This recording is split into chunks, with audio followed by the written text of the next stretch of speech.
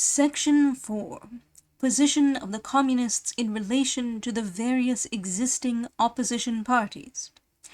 Section 2 has made clear the relations of the Communists to the existing working-class parties, such as the Chartists in England and the Agrarian Reformers in America.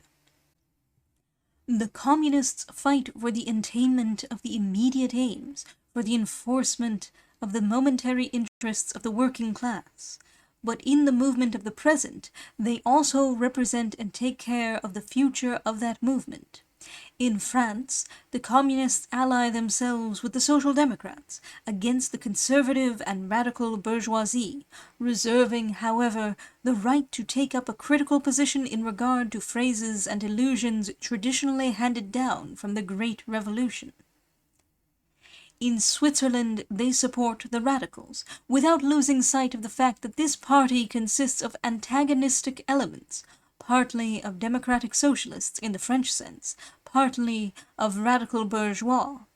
In Poland, they support the party that insists on an agrarian revolution as the prime condition for national emancipation, that party which fomented the insurrection of Krakow in 1846.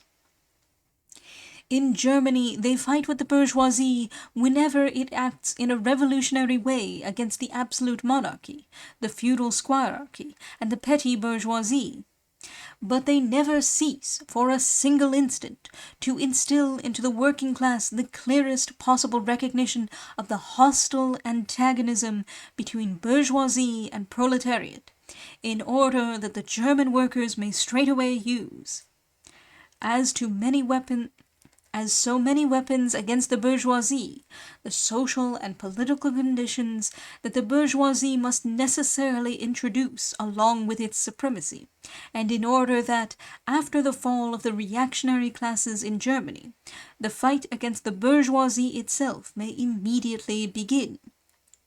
The Communists turned their attention chiefly to Germany, because that country is on the eve of a bourgeois revolution that is bound to be carried out under more advanced conditions of European civilization, and with a much more developed proletariat than that of England was in the 17th and of France in the 18th century, and because the bourgeois revolution in Germany will be but the prelude to an immediately following proletarian revolution.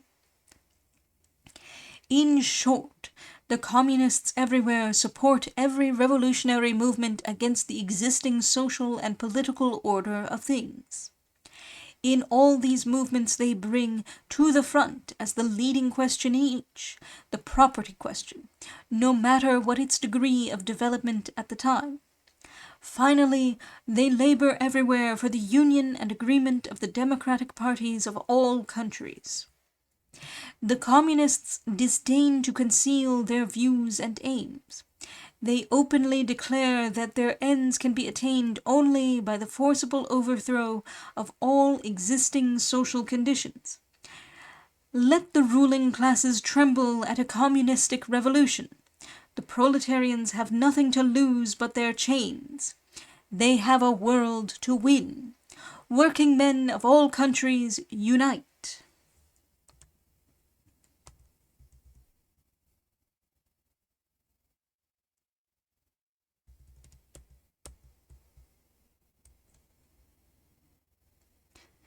In France, the Communists ally themselves with the Social Democrats.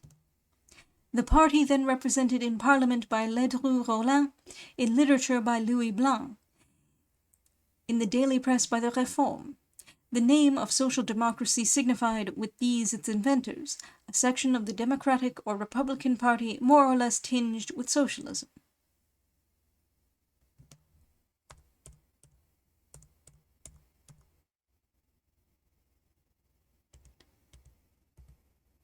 Finis, that is the end of the Communist Manifesto by Karl Marx and Friedrich Engels.